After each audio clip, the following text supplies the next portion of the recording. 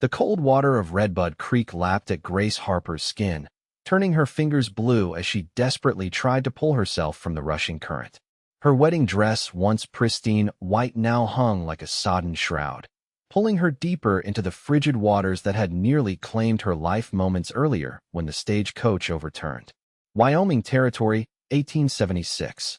The promised land that was supposed to bring her a new beginning had almost become her final resting place. "Help!" she croaked, her voice barely audible above the gurgling waters. The sun was setting fast, painting the sky with streaks of orange and purple that would soon give way to the merciless cold of a frontier night. Hypothermia was setting in, and Grace knew it. Her thoughts were becoming as clouded as the darkening horizon. The sound of hoofbeats cut through her fading consciousness. A large silhouette appeared on the ridge above the creek, backlit by the dying sun. "Lord Almighty," a deep voice called out. The rider dismounted with remarkable agility, sliding down the embankment toward her. "Hold on, miss." Grace could barely focus on the man as he splashed into the shallow edges of the creek. Broad-shouldered and tall, he wore a dust-covered hat pulled low over his eyes. His movements were swift and sure as he waded toward her. "Can you stand?" he asked, reaching her side and placing a steady hand beneath her arm. She tried to rise but collapsed against him, her limbs refusing to cooperate. I cannot feel my legs," she whispered through chattering teeth. Without hesitation, he scooped her into his arms. Despite her drenched clothing, he lifted her as if she weighed nothing at all, carrying her away from the treacherous waters that had almost become her grave. "My name's Matthew Jameson," he said, his voice a warm rumble against her ear as he climbed the embankment. "I've got a camp not far from here. You'll warm beside my fire tonight." Grace tried to respond, to thank him, but darkness claimed her before she could form the words. When she awoke, the world had transformed. A canvas tent shielded her from the elements, and the crackling of a nearby fire filled her ears. She was wrapped in several woolen blankets, her wedding dress replaced by an oversized flannel shirt and trousers rolled up multiple times at the ankles. Panic flared within her. "Your clothes are drying by the fire," came a voice from outside the tent. "I did what I had to. You would have died in those wet things." Grace clutched the blankets tighter. "You undressed me?" Her voice was hoarse. Matthew ducked into the tent, keeping his gaze averted. "I've got sisters, madam." I was respectful, closed my eyes for the most part, and worked by feel. It was that or watch you die from the cold. His candor silenced her objection. Of course, he was right. Her fine city sensibilities meant little against the harsh realities of survival in the territory. "Thank you," she managed, "for saving my life." He nodded, finally looking at her. In the warm glow of the lantern, she could see him clearly for the first time. He was younger than she'd initially thought, perhaps 25 or 26, with a strong jaw darkened by stubble and eyes the color of weathered leather. His dark hair curled slightly where it peeked out from beneath his hat. "There's hot coffee outside when you're ready," he said, "and some rabbit stew. You need to eat to get your strength back." Grace's stomach growled at the mention of food. How long was I unconscious? "About 3 hours. The sun's been down a while now." He paused. "What were you doing out here alone, miss? These parts aren't safe for unaccompanied women." The memory of the stagecoach accident flooded back. I wasn't alone. There were others. 5 of us in the coach to Fort Laramie. Her voice broke. "We hit something in the road. The horses spooked and the coach went into the creek. I was thrown clear, but the others." Tears welled in her eyes. Matthew's expression softened. "I'll ride out at first light to look for survivors." He hesitated. But if the coach went into the deeper part of the creek, and with this cold, he didn't need to finish. "I understand." Grace wiped away a tear. "I'm Grace Harper. I was traveling to Fort Laramie to meet my fiancé. Or rather, I was supposed to marry him today." She looked down at her bare finger where an engagement ring should have been. "Captain Richard Thornton. We've corresponded for 6 months, and he arranged my passage from Boston." Matthew's eyebrows rose slightly. "A mail-order bride?" "Not exactly." Grace bristled at the term. "We were introduced through mutual acquaintances." His letters were compelling. "Fort Laramie's still 2 days' ride from here," Matthew said. "And that's with a good horse and fair weather. Do you know the way? Could you take me there? I can pay you." Matthew seemed to consider this. "I know the way, but I don't need payment. I was headed in that general direction anyway. Grace attempted to stand, but dizziness overtook her. Matthew was at her side in an instant, steadying her with a firm but gentle grip. Easy there, he cautioned. You nearly died today. Your body needs time to recover. I don't have time, Grace insisted. Richard is expecting me. The wedding was arranged for today. He'll be worried. Matthew guided her to sit back down. Fort Laramie has a telegraph. Word of the accident will reach them. For now, you need rest and food. Reluctantly, Grace nodded. The man was right, she was in no condition to travel. Very well, Mr. Jameson. I accept your help. Just Matthew is fine. He gestured toward the tent opening. Think you can make it to the fire for some food? With his assistance, Grace made her way outside to the small camp. A neat fire burned in a stone-lined pit. A coffee pot perched near the flames.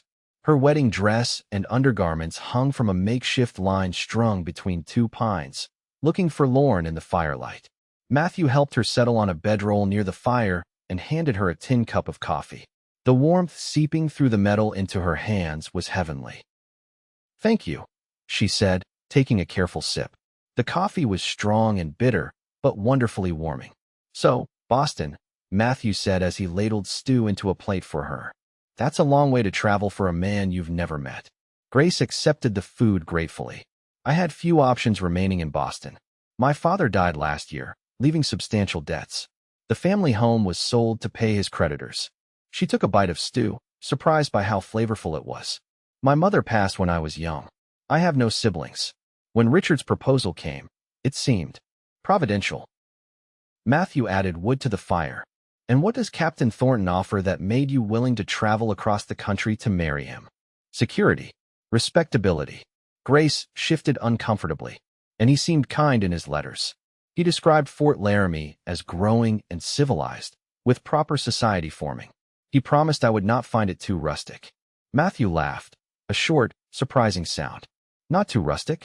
Miss Harper, Fort Laramie might be a military post, but it's still frontier. The most civilized building is the officers' quarters, and even that would be considered primitive by Boston standards. Grace felt a flare of defensiveness. I'm aware I'll need to adjust my expectations, Mr. Jameson. I'm not some delicate flower who will wilt at the first sign of hardship. Clearly, he conceded, nodding toward the creek in the distance. Most Boston ladies I've encountered would have succumbed to vapors long before pulling themselves from a creek after a coach accident. His acknowledgement of her resilience pleased her more than it should have. And how many Boston ladies have you encountered, sir? Enough to know they generally don't fare well out here. But you might be different. His eyes met hers across the fire. You have to survive here. The intensity in his gaze made her look away. Tell me about yourself, Matthew. What brings you to these parts? Matthew poured himself more coffee. I run cattle. Have a small spread about 30 miles east of here. Was on my way back from selling some stock in South Pass City when I found you. You're a rancher? I would have guessed cowboy. He smiled slightly. Was a cowboy. Rode for the double R for 5 years. Saved every penny and bought my own land 2 years ago. It's not much, yet just 100 acres and 60 head of cattle, but it's mine. That's impressive, Grace said sincerely. To build something from nothing. It's what most of us out here are trying to do. Matthew stared into the fire. This country gives a man a chance to become something more than what he was born to. But it takes everything you've got. They fell into comfortable silence, the crackling fire and distant sounds of night creatures the only accompaniment to their thoughts. Grace finished her stew, feeling strength returning to her limbs. We should turn in, Matthew finally said. Dawn comes early, and we have a long ride tomorrow if you're feeling up to it. Where will you sleep? Grace asked, suddenly aware there was only one tent. Out here by the fire, he replied matter-of-factly. I've slept under the stars more nights than under a roof. You take the tent. Grace wanted to protest, but knew it would be futile. This man had already demonstrated his stubbornness. Thank you for your kindness, Matthew. I'm not sure I would have survived without your help. He nodded, his expression unreadable in the flickering light. Get some rest, Miss Harper. Tomorrow will be a long day. In the tent, Grace lay awake for some time, listening to the night sounds and thinking about the strange twist of fate that had brought her here. The stagecoach accident replayed in her mind the terrified screams of the passengers, The horrible lurching sensation as the coach tipped, the cold shock of the water. She had been on her way to marry a stranger, and now she was in the camp of a different stranger entirely. She wondered what Richard was thinking. Was he worried? Angry? Had he received word of the accident? What would become of her if he rescinded his offer of marriage upon her delayed arrival? The questions swirled in her mind until exhaustion finally pulled her into a dreamless sleep. Dawn broke with a palette of pinks and golds painting the sky. Grace emerged from the tent to find Matthew already awake, tending to his horse and preparing a simple breakfast of hardtack and coffee. "Morning," he said, handing her a steaming cup. "How are you feeling?" "Better," she admitted, accepting the coffee gratefully, though quite sore. "That's to be expected. We can take it slow today."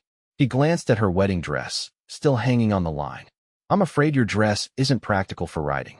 You'll have to make do with my spare clothes for now." Grace looked at the men's clothing she was already wearing. "I suppose propriety is a luxury out here." "Most luxuries are," he agreed. "But we can get you proper women's clothing in the next settlement if you prefer." "No," Grace decided. "These will do fine until we reach Fort Laramie. I'd rather not delay any further." After breakfast, Matthew saddled his horse, a magnificent chestnut gelding he called Rusty. "He'll carry us both," he explained. "He's strong and sure-footed." Grace eyed the animal warily. "I've never ridden astride before." Matthew's lips quirked in amusement. "Another Boston luxury we'll have to do without. I'll ride behind you to start, so you don't fall." With his help, Grace mounted the horse, adjusting awkwardly to the sensation of having both legs straddling the animal.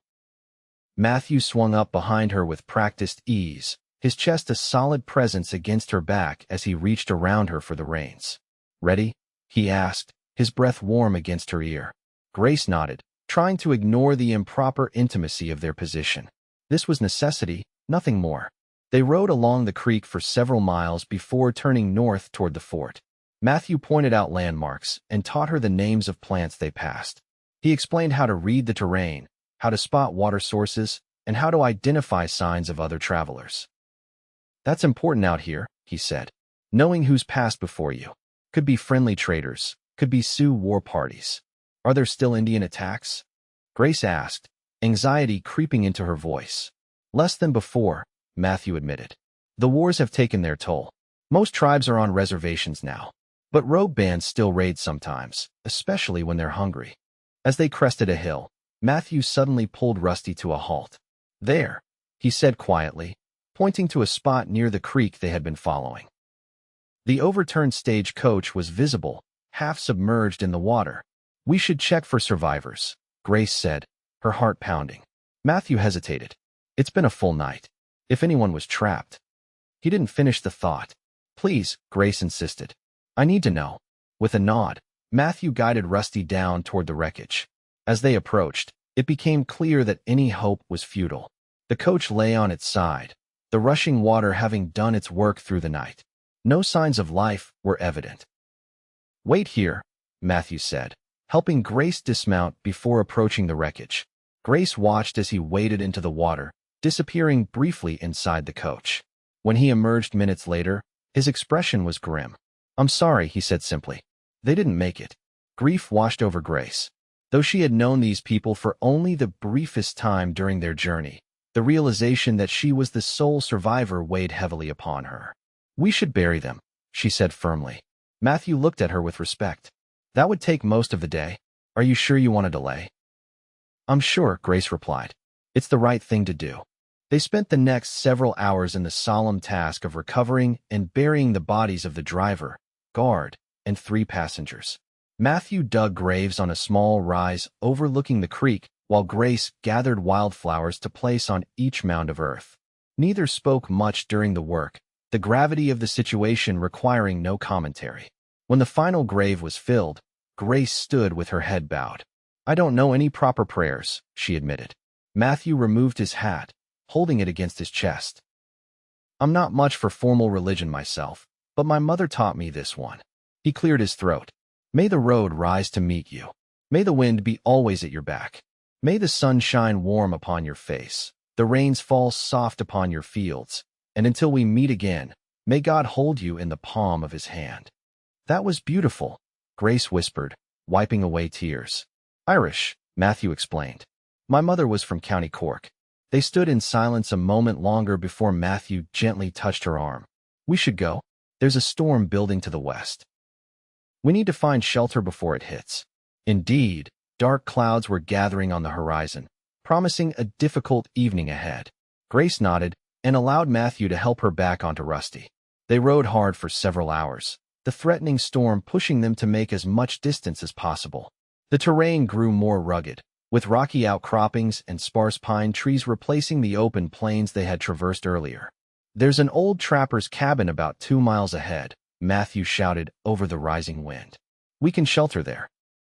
The first fat raindrops began to fall as the cabin came into view. It was little more than a rough shack made of logs and mud chinking, but to Grace's eyes, it looked like salvation against the encroaching storm. Matthew dismounted quickly and helped Grace down before leading Rusty to a lean-to attached to the side of the cabin. By the time they pushed open the cabin door, rain was falling in sheets, and thunder rumbled overhead. The interior was sparse but dry. A stone fireplace dominated one wall, and a rough-hewn table with a single chair stood in the center.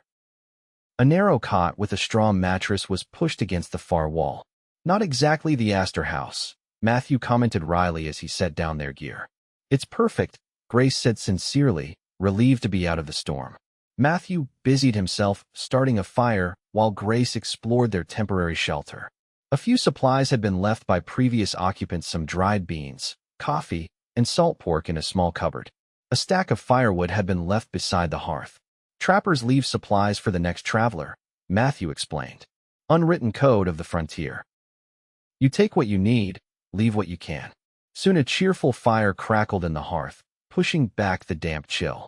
Matthew pulled jerky and hardtack from his saddlebags and set up a pot of coffee. It's not much of a supper, he apologized. Grace smiled. After today, any meal in a dry place feels like a feast. As they ate their simple meal, the storm raged outside. Lightning illuminated the cabin in brief, brilliant flashes, followed by tremendous claps of thunder that seemed to shake the very ground. Will Rusty be all right out there? Grace asked, concerned. He's weathered worse, Matthew assured her. The lean-to is sturdy enough. A particularly vicious gust of wind rattled the cabin's single window. Grace involuntarily moved closer to Matthew. Quite a change from Boston drawing rooms, she said with a nervous laugh. I've never been in a Boston drawing room, but I imagine this is preferable in some ways, Matthew replied. At least here, what you see is what you get. No pretense. Grace considered this. There's wisdom in that. In Boston, so much effort goes into appearances. The right dress, the right words, the right connections. She sighed. When my father died and our financial situation was revealed, it was remarkable how quickly our friends disappeared. Is that why you agreed to marry a man you've never met? To escape the hypocrisy? Partly, Grace admitted, and partly because there were few options for a woman alone with no fortune or connections. Captain Thornton's proposal offered respectability and security, but not love, Matthew observed quietly. Grace stared into the fire. Love is a luxury, like proper dresses and drawing rooms. Many marriages begin without it. That doesn't make it right. There was an intensity in Matthew's voice that surprised her. You sound as though you speak from experience, Grace ventured. Matthew was silent for a long moment. I was engaged once. To a banker's daughter in Cheyenne. Caroline was her name. She claimed to love me, but when I told her I wanted to build my own ranch instead of working for her father, she ended it. Said she couldn't bear to be a rancher's wife. I'm sorry, Grace said softly. He shrugged. It was for the best. She wanted a life I couldn't give her. Better to know before the vows than after. Their eyes met across the small space, and Grace felt a curious warmth that had nothing to do with the fire. There was something about this man, his straightforward manner, his quiet strength that drew her to him in ways she didn't fully understand. The storm continued through the night, forcing them to share the small cabin. Matthew insisted Grace take the cot while he made a pallet by the fire. Despite her exhaustion, sleep eluded her as she listened to the rain hammering on the roof and thought about the strange turn her life had taken. 2 days ago, she had been on her way to marry a man she knew only through letters.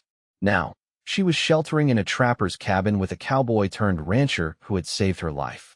The contrast was stark, and yet somehow, lying here in this rustic cabin felt more real than anything she had experienced in Boston's refined society. Morning brought clarity to the sky and to Grace's thoughts. As they prepared to depart, she found herself watching Matthew as he readied Rusty for their journey. There was an economy to his movements, a sureness born of a life spent relying on his own capabilities.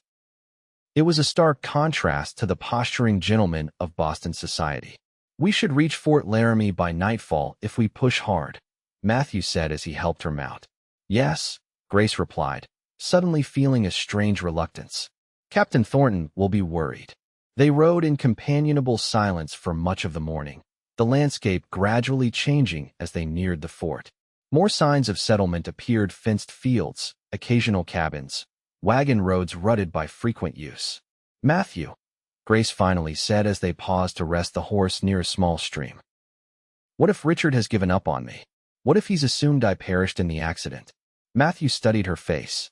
"Are you worried he won't want you anymore, or are you worried that he will?" The question struck Grace like a physical blow. She opened her mouth to protest, but found she couldn't form the words.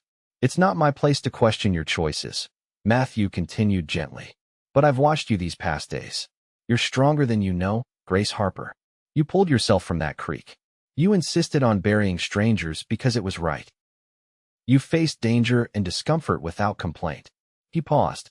"A woman like that deserves more than security and respectability. She deserves a life that challenges her, and a man who sees her true worth." Grace felt tears stinging her eyes. "And what if that life doesn't exist for me? What if Captain Thornton is my only chance?" "Then you make that choice with open eyes," Matthew said. "But know that there are other possibilities." The implications hung in the air between them, unspoken but unmistakable. Grace turned away, suddenly unable to meet his gaze. "We should continue," she said quietly. "I need to face whatever awaits me at Fort Laramie." As the afternoon wore on, the fort appeared on the horizon, its flag visible from miles away. Grace felt her heart racing as they approached. What would she say to Richard?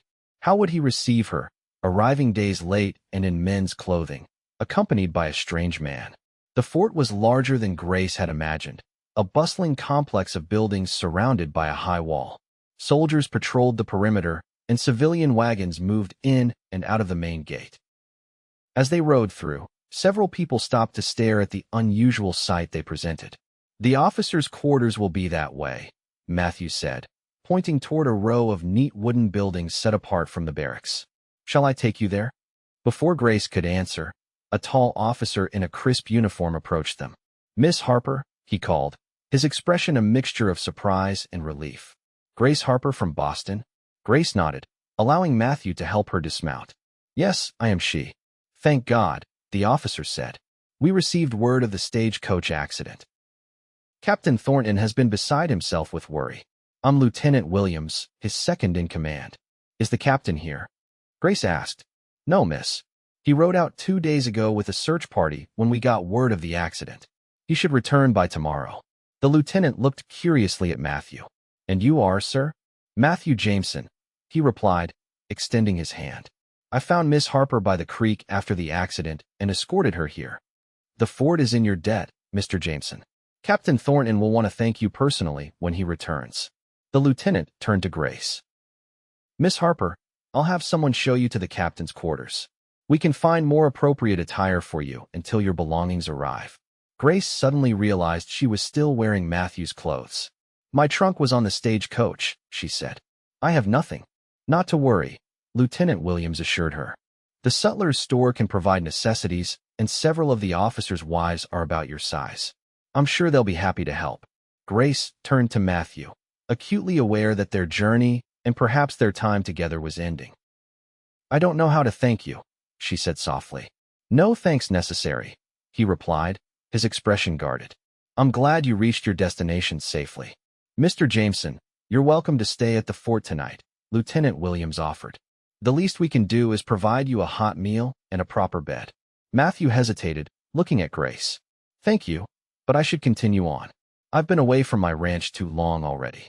Grace felt a crushing disappointment. "But surely you need rest?" And didn't you say you had business here? Nothing that can't wait, Matthew said, not quite meeting her eyes. Besides, Captain Thornton will be returning soon. Your reunion should be private. Lieutenant Williams looked between them, sensing the undercurrents. Well, if you change your mind, Mr. Jameson, the offer stands. I'll have someone see to Miss Harper now. As the lieutenant walked away to make arrangements, Grace moved closer to Matthew. You're leaving? Just like that. Matthew adjusted his hat, his eyes finally meeting hers. Grace, you're here to marry another man. A respectable officer who can give you the security you sought. That's what you traveled across the country for. And if I'm not sure anymore. The words escaped before she could stop them. Matthew's expression softened. Then that's something you need to figure out on your own, without me complicating matters. You saved my life, Grace said desperately. How can I just watch you right away? Because right now, you need time to think clearly. He reached out, briefly touching her cheek. If you still want to marry Captain Thornton after meeting him, then I wish you every happiness. But if not, he paused. My ranch is 30 miles east of Hawk Springs. Anyone can direct you. A female voice called out, interrupting them. Miss Harper? I'm Mrs. Calloway, the colonel's wife. I've been asked to help get you settled. Grace turned to see a kindly middle-aged woman approaching. When she looked back, Matthew was already mounting Rusty. Goodbye, Grace Harper, he said softly. Remember what I said. You're stronger than you know. With that, he tipped his hat and rode toward the fort gates, leaving Grace standing alone, torn between the future she had planned and the possibility of something she had never considered. The next 24 hours passed in a blur of unfamiliar faces and overwhelming kindness. The officers' wives took Grace under their wing, providing her with clothing, toiletries, and endless cups of tea. They shared stories of life at the fort, of the challenges and rewards of being a military wife. Through it all, Grace smiled and nodded, but her thoughts kept returning to Matthew and their journey together. Captain Richard Thornton returned late the following day, rushing to his quarters as soon as he received word of Grace's arrival. He was everything his letters had suggested: tall, distinguished, impeccably mannered. At 40, he was older than Grace had expected, but still handsome, with graying temples and intelligent eyes. My dear Miss Harper, he said, taking her hands in his. I cannot express my relief at finding you safe. When we heard of the accident, I feared the worst. Thank you for your concern, Captain, Grace replied, studying the face of the man she had traveled so far to marry. He was exactly as he had described himself, yet somehow not what she had imagined at all. Richard, please, he corrected with a warm smile. After all our correspondence, I feel we know each other well already. But did they? Grace wondered. His letters had been eloquent and kind, speaking of his desire for a companionable marriage, his promise to provide her with every comfort the frontier could allow. Yet standing before him now, Grace realized how little she truly knew of this man. I understand a local rancher found you and brought you here, Richard continued. I must thank him properly. Lieutenant Williams said he declined to stay. Yes, Grace said, feeling a pang at the memory of Matthew riding away. He was eager to return to his ranch. Well, I am forever in his debt. Richard guided her to a chair. Now, my dear, I know you've been through a terrible ordeal, but I hope you'll still consider becoming my wife. The chaplain can perform the ceremony whenever you feel ready. Grace looked around the comfortable quarters. Everything was neat and orderly, reflecting Richard's military precision. It was exactly what he had promised: security, respectability, comfort within the constraints of frontier life. Yet something essential was missing. Captain Richard, she began hesitantly. You've been most kind, and your offer is generous. But I fear the accident has affected me more deeply than I realized. Might I have a few days to recover before we proceed with the wedding? A flash of disappointment crossed Richard's face, quickly replaced by understanding. Of course, my dear. You've been through a traumatic experience. Take all the time you need. Over the next 3 days, Grace observed life at Fort Laramie. She dined with Richard and his fellow officers, attended a small social gathering organized by the wives, and explored the fort's surroundings. Richard was unfailingly courteous and attentive, clearly eager to impress her. By all measures, he would make a suitable husband: kind, established, respected. Yet each night as she lay in the guest quarters provided for her, Grace found herself thinking not of Richard but of Matthew. Of his quiet strength, his straightforward manner, the way he had seen her true nature from the first moment. The security Richard offered suddenly seemed hollow compared to the life she glimpsed during those days with Matthew, challenging, perhaps, but authentic and full of possibility. On the fourth morning, Grace made her decision. She asked to speak with Richard privately in his office. "I sense you have something important to tell me," he said as they sat facing each other. Grace took a deep breath. "Richard, you are everything your letters suggested: honorable, kind, established. Any woman would be fortunate to become your wife. But not you." He finished for her, his expression sad but not surprised. "I'm sorry," Grace said sincerely. "My journey here has changed me in ways I never expected. I realized that I was seeking marriage for the wrong reasons: security and societal acceptance rather than true partnership." Richard was silent for a long moment. "It's the rancher, isn't it? The one who rescued you?" Grace nodded, unable to deny it. "I didn't intend for this to happen. But yes, in those few days with Matthew, I glimpsed a different kind of life, one that calls to something deeper in me." To her surprise, Richard reached across the desk and patted her hand. "My dear, I am disappointed, of course, but I would rather know now than after vows were exchanged. A marriage should be built on more than convenience and security. That's something I've learned the hard way." He sighed. "My first wife married me for my position, not my person. It was a polite misery for both of us until she passed." "I had no idea," Grace said, touched by his candor. "It wasn't something I cared to share in letters." He smiled ruefully. "So what will you do now? Return to Boston?" Grace straightened her shoulders. "No, I'm going to find Matthew. His ranch is east of Hawk Springs." "That's brave," Richard acknowledged, "and quite scandalous." "I'm learning that living truly often is," Grace replied. "But I've also learned that I'm stronger than I knew." Richard considered her words. "Yes, I believe you are. When do you plan to leave?" "Tomorrow, if possible. Could you advise me on securing transportation?" "I'll do better than that," Richard said after a moment's thought. "I'll have Lieutenant Williams escort you. These roads aren't safe for a woman traveling alone." Grace was moved by his generosity in the face of rejection. "Thank you, Richard. Truly." The next morning found Grace traveling eastward in a military wagon, Lieutenant Williams and 2 soldiers providing escort. She had changed out of the borrowed dresses and back into practical clothing suitable for ranch life: a simple blouse, sturdy skirt, and boots purchased from the sutler's store. As they traveled, Grace's nerves grew. What if Matthew didn't want her to come? What if he had only been kind out of duty? What if she was trading a secure future for a foolish dream? They reached Hawk Springs by midday and stopped to ask directions to the Jameson ranch. The local storekeeper pointed them east, toward a property nestled against a low range of hills. "Good man, Jameson," the storekeeper commented. "Building something fine out there. Been working that land single-handed for 2 years now." They continued on, the landscape opening into rolling grassland dotted with cattle. A small cabin came into view, smoke rising from its chimney. Beyond it stood a barn and corral, the beginnings of what might someday be a prosperous ranch. As they approached, a figure emerged from the barn. Matthew stopped short when he saw the military wagon, his hand moving instinctively to his hip before recognizing the occupants. Lieutenant Williams helped Grace down from the wagon. "Mr. Jameson," he called, "I've brought you a visitor." Matthew walked slowly toward them, his expression guarded. "Lieutenant, Miss Harper."